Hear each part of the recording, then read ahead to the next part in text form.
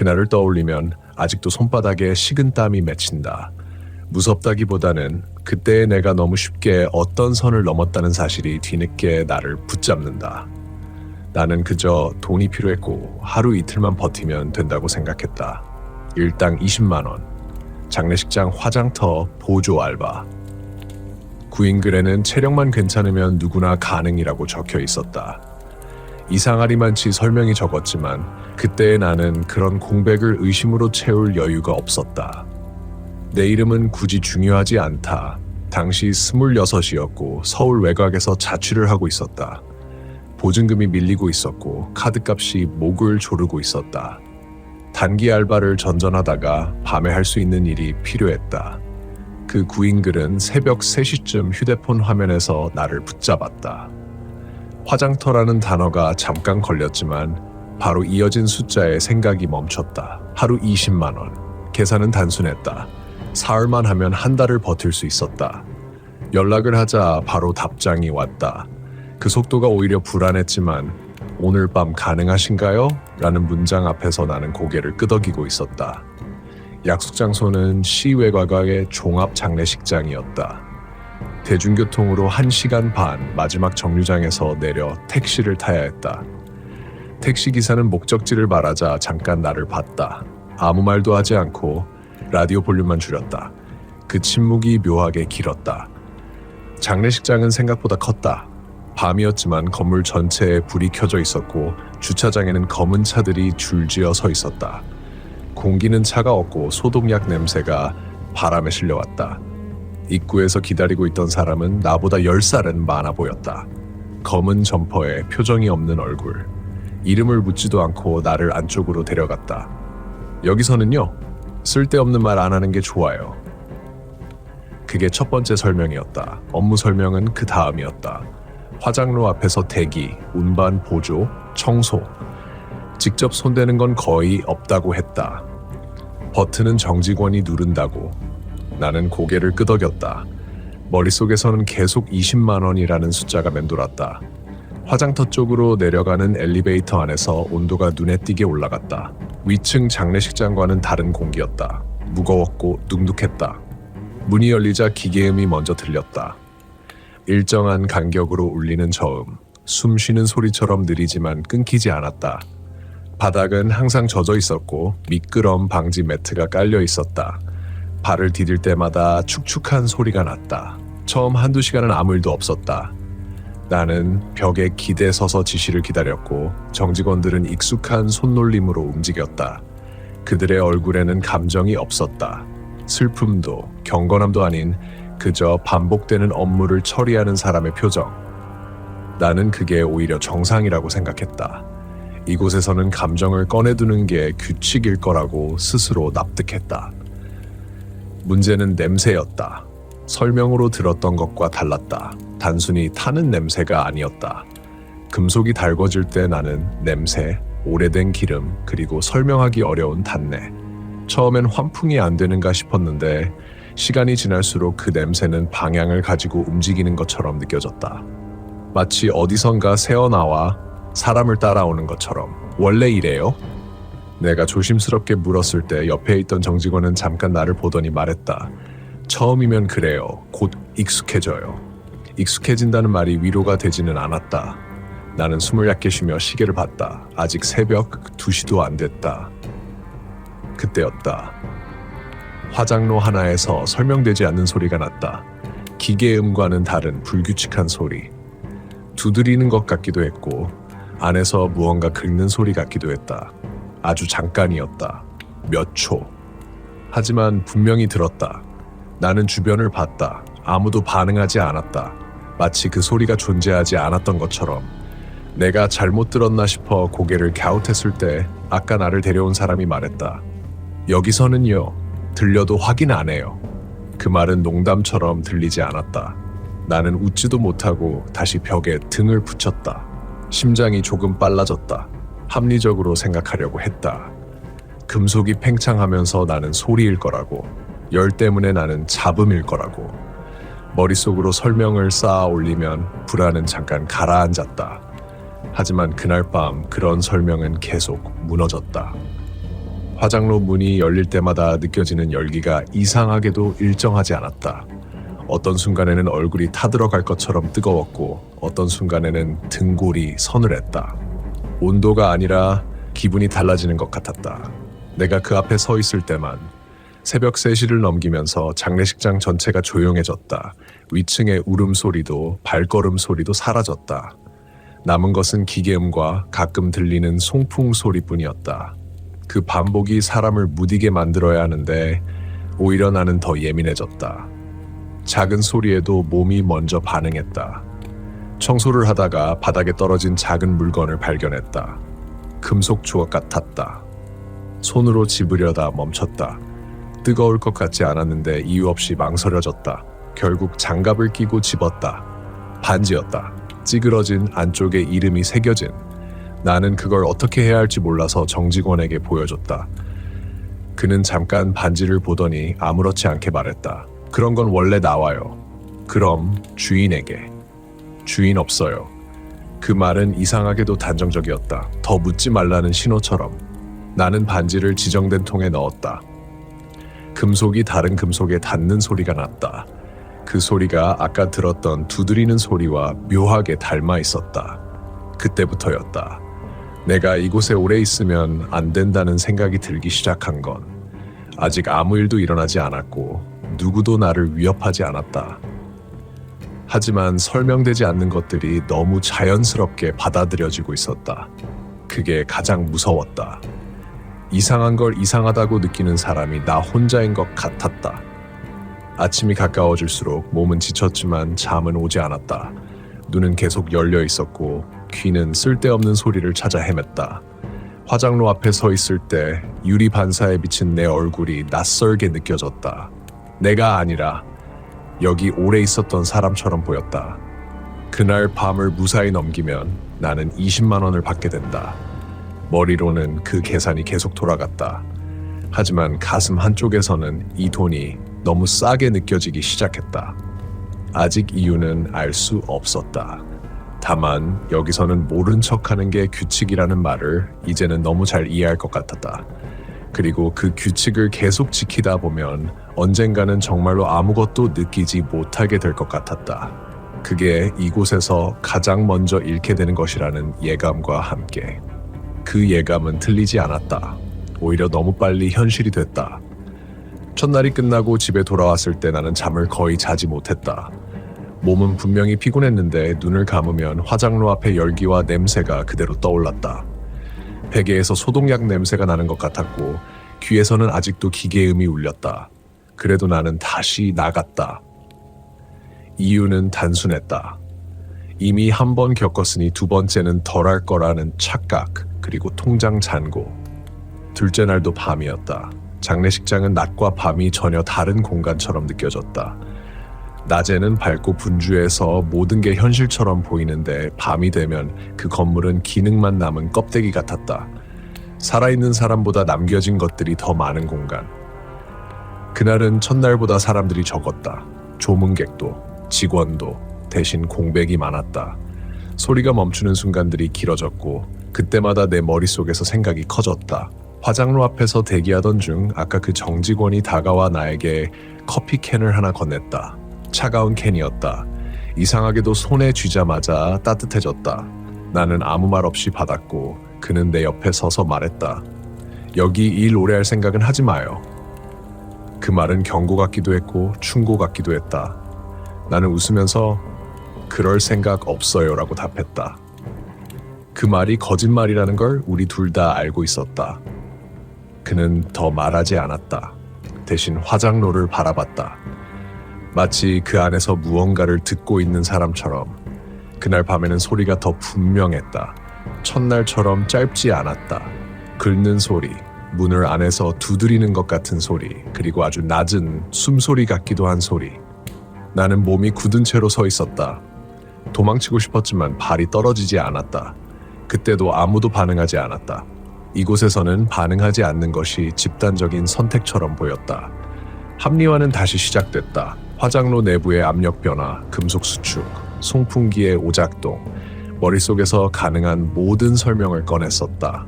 문제는 설명이 끝날 때마다 남는 감정이었다.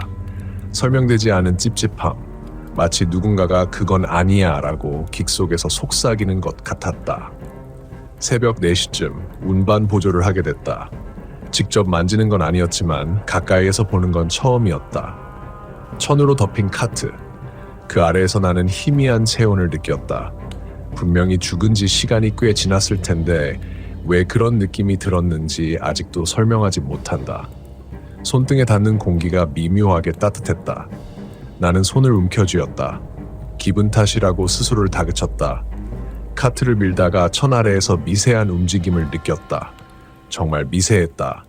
눈으로 보면 절대 알 수 없을 정도. 하지만 손으로 전해지는 감각은 거짓말을 하지 않았다. 나는 순간적으로 손을 뗐다. 심장이 크게 뛰었다. 주변을 봤지만 여전히 아무도 나를 보지 않았다. 이곳에서는 이상을 느끼는 것 자체가 개인의 문제인 것처럼 취급됐다. 그날 이후로 나는 자꾸만 사람들을 의심하게 됐다. 함께 일하는 사람들이 정말 아무것도 느끼지 못하는 건지, 아니면 느끼면서도 모른 척하는 건지. 그 차이는 컸다. 전자는 무지지만 후자는 선택이다. 나는 그 선택을 강요받고 있는 것 같았다. 셋째 날, 나는 거의 잠을 못 잔 상태로 다시 장례식장에 갔다. 이미 몸은 한계에 가까웠지만 이상하게도 발걸음은 무거우면서도 익숙했다. 그게 가장 무서웠다. 인간은 정말 빨리 적응한다. 심지어 적응하면 안 되는 환경에도. 그날은 비가 왔다.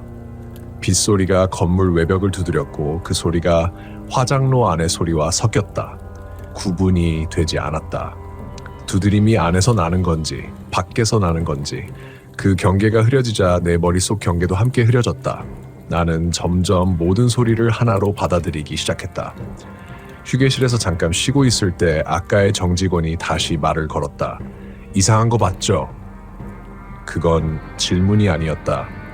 나는 잠시 망설이다가 고개를 끄덕였다. 그는 담배를 피우지 않으면서도 연냄새가 나는 사람처럼 보였다. 여기서 제일 위험한 게 뭔지 알아요? 나는 대답하지 않았다. 자기가 괜찮다고 생각하는 거예요. 그 말은 내 안을 정확히 찔렀다. 나는 계속 괜찮다고 생각하려 애쓰고 있었다. 돈 때문에, 계약 때문에, 단기라는 이유로. 그는 말을 이었다. 처음엔 다 그래요. 소리도, 냄새도, 감각도. 근데 어느 순간부터는 그걸 기준으로 밖을 보기 시작해요. 그때가 끝이에요. 나는 그 말을 이해하면서도 이해하고 싶지 않았다. 밖을 보기 시작한다는 말이 너무 많은 걸 포함하고 있는 것 같았다. 그는 더 이상 설명하지 않았다. 이곳에서는 설명이 친절이 아니라는 걸 나는 이미 알고 있었다. 그날 밤 결정적인 일이 있었다.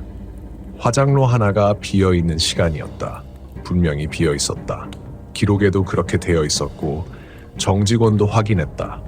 그런데 내가 그 앞을 지날 때 유리 너머로 그림자가 보였다. 사람 형태였다. 서 있는 것처럼. 나는 발걸음을 멈췄다. 눈을 비웠다. 다시 봤다. 그림자는 움직이지 않았다. 대신 아주 천천히 손을 들었다. 나는 비명을 지르지 않았다. 이상하게도 소리가 나오지 않았다. 몸이 먼저 반응했다. 뒤로 물러나려다 바닥에 미끄러졌다.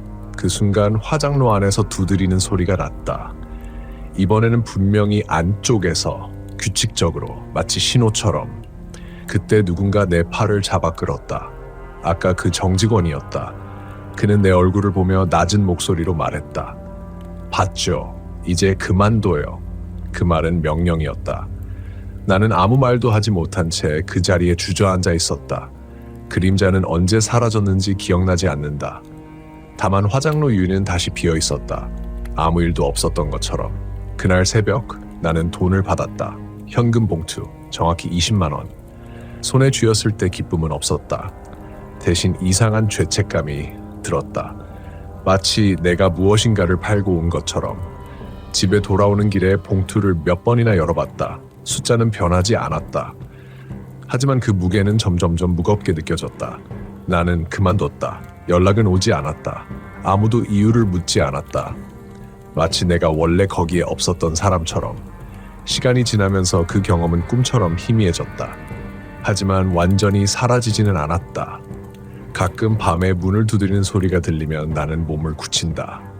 그것이 바람 소리든 이웃의 소리든 상관없다.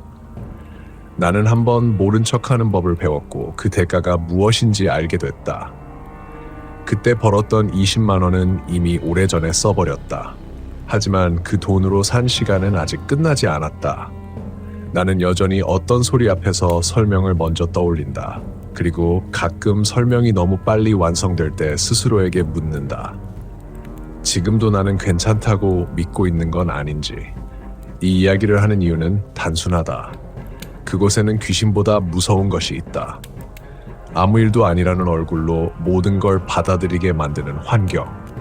그리고 그것에 가장 빨리 익숙해지는 인간 자신이다. 그렇게 끝났어야 했다. 나는 그만뒀고 다시는 그 건물 근처로 가지 않았다. 연락도 없었고 나도 하지 않았다. 세상은 아무 일 없었다는 듯 흘러갔다. 그래서 한동안은 정말로 끝난 줄 알았다. 그저 힘든 단기 알바 하나 했던 기억, 남들한테는 말하지 않을 경험 하나쯤으로 정리될 거라고 생각했다. 문제는 그 다음부터였다. 집에 돌아와 며칠이 지나자 생활 리듬이 완전히 무너졌다. 밤이 되면 잠이 오지 않았고 낮에는 멍했다. 화장로 앞에 서 있던 느낌이 자꾸 떠올랐다. 뜨거움도 아닌 차가움도 아닌 애매한 압박감. 마치 어떤 공간에 다시 불려가기 직전의 감각처럼. 샤워를 하다가도 갑자기 숨이 막히는 것 같아 물을 끄고 주저앉은 적이 몇 번 있었다. 가장 먼저 이상해진 건 소리에 대한 반응이었다. 평소엔 신경도 쓰지 않던 소리들이 갑자기 또렷해졌다. 새벽에 냉장고 모터가 도는 소리, 보일러 배관에서 나는 미세한 금소금, 옆집에서 들려오는 발걸음. 특히 일정한 간격으로 반복되는 소리에는 몸이 먼저 반응했다. 심장이 빨라지고 손에 힘이 들어갔다. 머리는 아직 괜찮다고 말하고 있는데 몸은 이미 도망칠 준비를 하고 있었다. 어느 날 밤 문 두드리는 소리가 들렸다. 정말 평범한 소리였다. 택배기사였고 이웃집 차고였다. 하지만 나는 그 소리를 듣는 순간 현관 쪽을 보지 못했다. 문이라는 물리적인 대상이 아니라 화장로의 철문이 떠올랐기 때문에 안에서 두드리던 소리, 그 규칙적인 리듬. 나는 숨을 참고 서 있었다. 그때 깨달았다. 나는 아직 거기서 나오지 못했다는 걸. 며칠 뒤 우연히 그 장례식장 근처를 지나게 됐다.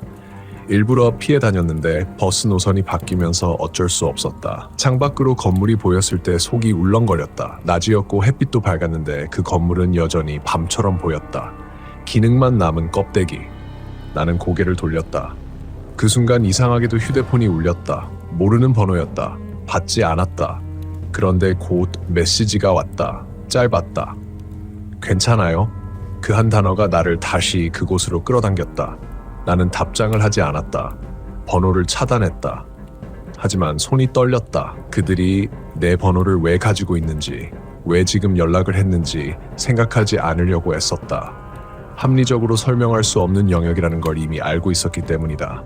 그날 이후로 나는 내 반응을 의심하기 시작했다. 혹시 내가 너무 예민해진 건 아닐까? 스트레스 때문 아닐까? 그래서 일부러 평범한 일상을 강조했다. 친구를 만나고 술을 마시고 웃고 떠들었다. 겉으로는 괜찮아 보였을 것이다. 하지만 혼자 있을 때면 다시 원점으로 돌아갔다. 화장로 앞에서 아무도 반응하지 않던 그 순간으로. 어느 밤 꿈을 꿨다. 화장로 앞에 서 있었다. 그런데 이번에는 내가 직원이었다. 검은 점퍼를 입고 표정이 없었다. 누군가 옆에서 묻고 있었다. 원래 이래요? 나는 고개를 끄덕이며 말했다. 곧 익숙해져요. 그 말을 하는 순간 꿈에서 깼다. 숨이 가빴다. 침대에 앉아 한참을 울었다. 무서워서가 아니라 그 말이 너무 자연스럽게 나왔다는 사실이 싫어서였다. 그제야 나는 알았다. 내가 그만둔 진짜 이유는 그림자를 봐서도 소리를 들어서도 아니었다. 내가 가장 견딜 수 없었던 건 내가 변해가고 있다는 감각이었다. 이상한 걸 보고도 느끼고도 점점 그것을 기준으로 세상을 해석하려 했던 나 자신. 그 환경에 맞춰 생각을 조정하고 감정을 눌러버리던 태도. 그게 계속되면 나는 분명히 그들처럼 되었을 것이다. 아무것도 느끼지 않는 얼굴로 누군가의 질문에 원래 이래요라고 말하는 사람. 일당 20만 원은 단순히 높은 시급이 아니었다. 그건 대가였다. 모른 척하는 법을 배우는 값. 설명이 안 되는 걸 설명으로 덮는 연습을 하는 값. 처음에는 작은 타협처럼 느껴지지만 그게 쌓이면 결국 감각 자체가 무뎌진다. 나는 그 문턱까지 갔다가 간신히 멈춘 것이다. 지금도 가끔 생각한다. 만약 그날 정직원이 내 팔을 잡아 끌지 않았다면 어땠을까?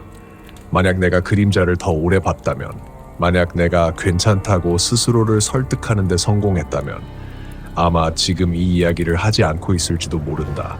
아니, 이야기할 필요조차 느끼지 못했을 것이다. 사람들은 종종 묻는다.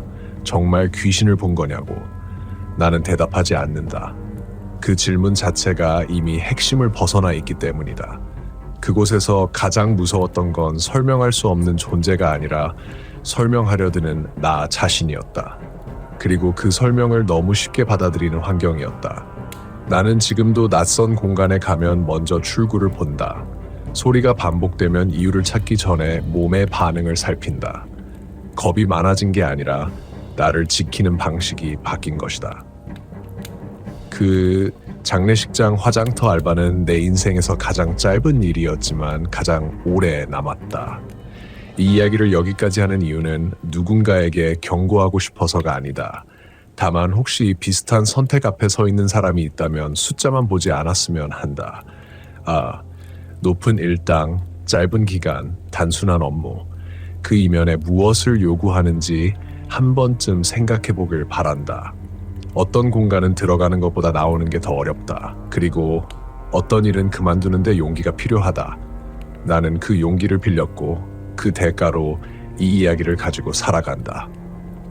아직도 완전히 끝났다고 말할 수는 없지만 적어도 다시는 그 철문 앞에 서지 않기 위해 나는 기억한다. 모른 척하는 법을 배우는 순간 이미 너무 많은 걸 잃고 있다는 사실을. 그 이후로도 한동안은 이 이야기를 정말 끝난 일처럼 접어두려고 했다.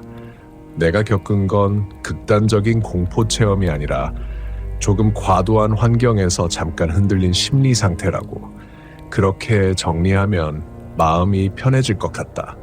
그래서 일부러 장례식장 이야기가 나오면 웃어 넘겼고 화장터라는 단어가 들리면 화제를 돌렸다.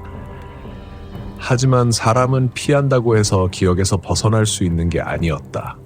오히려 피할수록 그 기억은 더 다른 방식으로 올라왔다. 가장 이상했던 건 냄새였다. 분명히 집에 있는데도 아주 가끔 그 냄새가 났다. 불에 탄 냄새도 아니고 소독약 냄새도 아닌 그 사이 어딘가에 닿네. 처음엔 착각이라고 생각했다. 환기를 하고 방향제를 뿌리고 이웃집에서 요리하는 냄새일 수도 있다고 넘겼다. 하지만 그 냄새가 날 때마다 항상 같은 감각이 따라왔다. 피부가 조여오는 느낌, 공기가 무거워지는 느낌, 그리고 무엇보다 내가 다시 기다리고 있다는 느낌이었다. 기다린다는 감각은 설명하기 어렵다. 무언가가 오기를 기다리는 것도 아니고 누군가를 기다리는 것도 아니다. 그냥 다음 상황을 대비해 서 있는 상태. 화장로 와서 앞에서 그랬던 것처럼 언제 호출이 올지 모르는 상태. 그때 나는 깨달았다. 그 공간은 단순히 기억으로 남은 게 아니라 내 반응 방식 자체를 바꿔놓았다는 걸. 어느 날은 친구 집에 놀러 갔다가 보일러실 앞을 지나치게 됐다. 철문 하나를 사이에 두고 안에서 기계 돌아가는 소리가 났다. 순간적으로 발이 멈췄다. 심장이 쿵 내려앉았다. 친구가 왜 그러냐고 물었을 때 나는 아무 대답도 하지 못했다. 대신 웃었다. 그 웃음이 얼마나 어색했는지 나 스스로도 느낄 수 있었다. 그날 밤 집으로 돌아오는 길에 문득 이런 생각이 들었다. 혹시 그곳에서는 나 같은 사람이 종종 나오는 건 아닐까? 짧게 일하고 뭔가를 보고 느끼고 결국 스스로 그만두는 사람들. 그리고 남아있는 사람들은 그 과정을 이미 지나온 사람들일지도 모른다는 생각. 그래서 아무것도 묻지 않고 아무것도 설명하지 않는 것일지도 모른다는 생각. 아까 그 정직원이 떠올랐다. 여기서 제일 위험한 게 뭔지 알아요? 라고 묻던 얼굴. 그때는 그냥 의미심장한 말로만 들렸는데 시간이 지나면서 그 말이 점점 다른 무게로 다가왔다. 자기가 괜찮다고 생각하는 것. 그건 단순한 자기 암시가 아니라 환경과 타협하는 가장 빠른 방법이었다. 나는 어느 순간부터 스스로에게 계속 질문하게 됐다. 이건 정말 괜찮은가? 내가 적응하고 있는 건가? 아니면 무뎌지고 있는 건가? 그 질문은 불편했지만 놓치고 싶지 않았다. 화장터에서 가장 무서웠던 건 어떤 존재가 아니라 질문이 사라지는 분위기였으니까. 시간이 더 흘렀다. 계절이 바뀌고 생활도 조금 안정됐다. 그래도 완전히 회복됐다고 말하기는 어려웠다. 가끔은 뉴스에서 장례식장 관련 사건이 나오기만 해도 채널을 돌렸다. 밤에 혼자 있을 때는 집안의 모든 문을 열어두고 잤다. 닫힌 문 하나가 주는 압박을 견디기 힘들었다. 그러던 어느 날 정말 사소한 계기로 마지막 정리가 찾아왔다. TV에서 우연히 다큐멘터리를 보고 있었다. 장례 지도사들의 일상을 다룬 프로그램이었다. 인터뷰 속 사람들은 담담했고 전문적이었고 자신들의 일을 존중하고 있었다. 나는 그걸 보면서 처음으로 화장터에서 일한다는 것 자체가 문제가 아니라는 걸 인정하게 됐다. 문제는 그 환경이 아니라 그 환경을 감당하는 방식이었다. 누군가는 감정을 분리할 수 있고 누군가는 그 일을 직업으로서 받아들일 수 있다. 하지만 나는 아니었다.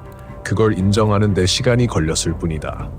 나는 감각을 차단하지 못하는 사람이었고 그래서 더 빨리 망가질 수 있는 사람이었다. 그 사실을 받아들이자 이상하게도 마음이 조금 가벼워졌다. 일당 20만 원을 받고 그만둔 이유를 한 문장으로 말하자면 나는 그 돈으로 계속 나를 속일 자신이 없었기 때문이다. 더 버틸 수도 있었고 익숙해질 수도 있었을 것이다. 하지만 그건 적응이 아니라 포기였을 거다. 내가 느끼는 불안과 의심을 버리고 대신 안정적인 무감각을 선택하는 것. 나는 그 선택을 하지 않았다. 아니, 하지 못했다. 지금 이 이야기를 하는 순간에도 완전히 편안하지는 않다. 글자로 옮기는 동안에도 몇 번이나 손을 멈췄다. 기억이 너무 선명해질까봐. 하지만 동시에 말하지 않으면 안 될 것 같았다. 이건 단순한 공포 체험담이 아니라 어떤 경계에 대한 이야기이기 때문이다. 사람은 모두 각자 다른 선을 가지고 있다. 어디까지는 괜찮고 어디부터는 안 되는지. 그 선은 남들이 정해주지 않는다. 높은 시급도 단기라는 조건도 그 선을 대신 판단해주지 않는다. 나는 그 선을 화장터 앞에서 봤다. 그림자와 소리보다 더 또렷하게. 그래서 다시 묻는다. 그만둔 이유가 뭐냐고. 귀신을 봐서냐고. 무서워서냐고. 나는 이렇게 답한다. 그곳에 오래 있으면 내가 나를 잃을 것 같아서. 그게 내가 할 수 있는 가장 솔직한 대답이다.